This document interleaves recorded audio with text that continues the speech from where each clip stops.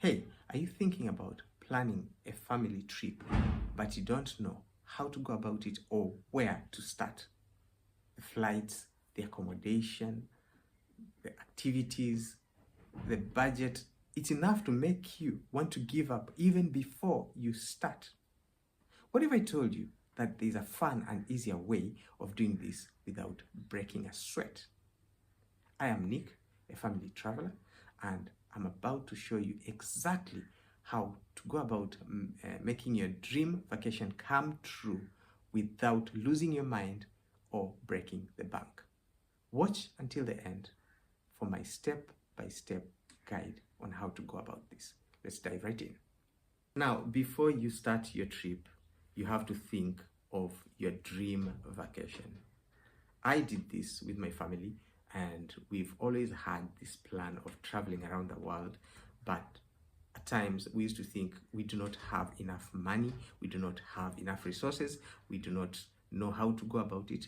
But we sat together one day and decided we have got to take the plunge, and that is where we started from. So you, as a family member, as the head of the family, or as a leader of the family, you've just got to think of taking the plunge. That's the first step. Because if you wait until the day that the time is right, there will never be a time that is right for you to take that vacation. Sometimes you will be thinking, how do I go about doing this? How do I plan this trip? What do I need to do? And it can be overwhelming, honestly. And it was overwhelming for us. But one day we sat down and we decided, we have to go step by step. And this is the exact way I am going to show you how we did it. We decided that we were going to come up with the itinerary. So the first thing that you need to look at is the itinerary. There are many places around the world that you can travel to, but depending on what country you come from, there are some restrictions by visa restrictions, of course, and sometimes your passport might not allow you to travel to many places. Other passports, of course, are very strong and you are able to travel to different places. And so you've got to look at, the places that you are going to. You have kids. Are there activities that you would like your kids to be involved in, your children to be involved in, that you have to look, of course, at places that will be interesting for your children, interesting that the whole family can take part in. All these activities.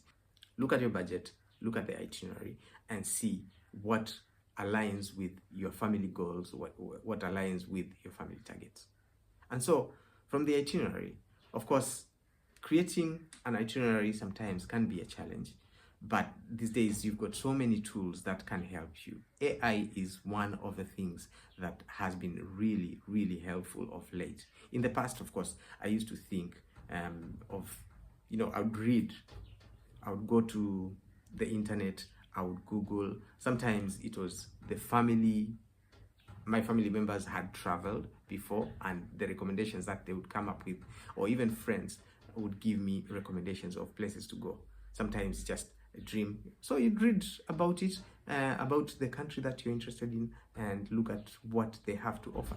AI has become an easier way of helping you choose what you would like to do in a country. And so, of course, it would give you lots of suggestions. I normally use AI to give me a draft itinerary of how many days that I am planning to travel, and what interesting things I would find there. After choosing the itinerary, look at the flights. There are many platforms that are available, and if you Google, you will find Kayak, you'd find Booking.com, you'd find Expedia, you'd find Skyscanner. All these platforms that can give you very competitive rates for flights. Of course, choosing the dates, times of the year are very, very important for you to work out when you should travel. Of course, there are seasons where it's very expensive to travel, and there are seasons that slightly cheaper. And of course, the conditions around the world, depending on the country that you're going to, sometimes you find it's very hot or it's very cold, and so you have to look for a time that is appropriate, so to speak, for you to travel.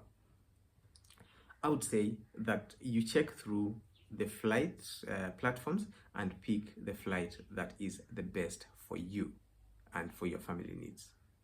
That is within your budget. And in terms of accommodation, I would suggest that you choose two main platforms that we have been using, my family and I, since we are a family of 5. We normally choose booking.com or Airbnb, and it's much easier and cheaper to travel as a family than or stay in Airbnb than staying in hotels. So we normally look at Airbnbs and look at apartments where it's much cheaper than paying for separate rooms, because our children are ages 12 down all the way to 6, and so we have to look for something that would keep us together as a family. In terms of groups, of course, you can look at same platform, booking.com. You can even look at other platforms. There are many that you can choose that will give you, even trip.com, yes, that will give you the different rates for hotels depending on the season again, and they can give you offers, they can give you discounted group rates if you're traveling as a group. But for family purposes, of course, I would keep it to accommodation within apartments or Airbnbs. And so that is the one that we normally choose. And in terms of activities, if you want to look at, you definitely have to choose activities that would be suitable for the children and the adults alike. And Googling, a simple Google would help you work out and figure out where you are going. You have to look at indoor activities, you've got to look at outdoor activities, you've got to look at cultural activities, because these are things that would be very interesting for the whole family. And also, there are many places that would offer free activities for families. And so, of course, if you're a budget traveler, you've got to look at things that are being offered. Some of them are not very clear, but if you do a simple search and you ask around, if you've gone to a hotel, for instance, you can even ask at the accommodation there what places to go to. You will be guided definitely, and you will find some very good offers, very good free undiscovered, so to speak, places that you can visit as a family and have an enjoyable time. Museums, you can go to the zoo, you can go to historical places. All those would be wonderful for families. How about budgeting? This is a big one, because a lot of times people get discouraged by the amount of money that they have to spend for booking. I would suggest choose free offers, choose times when it's not peak season for flights and accommodation, and also choose areas that would offer alternatives. So you can find places like, if you go to Southeast Asia, we have some amazing countries there that have not been explored.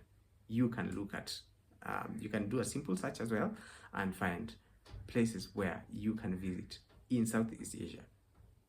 My family and I particularly enjoy visiting Malaysia. It's got all the wonderful activities. You know, it's like you've got a very developed country and you can still have a bit of the developing aspects of the country. So things are affordable, foods, transport, quite affordable, even accommodation. And so this is something probably you will have to look into and just do a bit more research. I have just given you a simple guide on how to go about planning your trip. But if you want to know detailed aspects of each and every part of this planning, then I would suggest that you watch our next video. Thank you.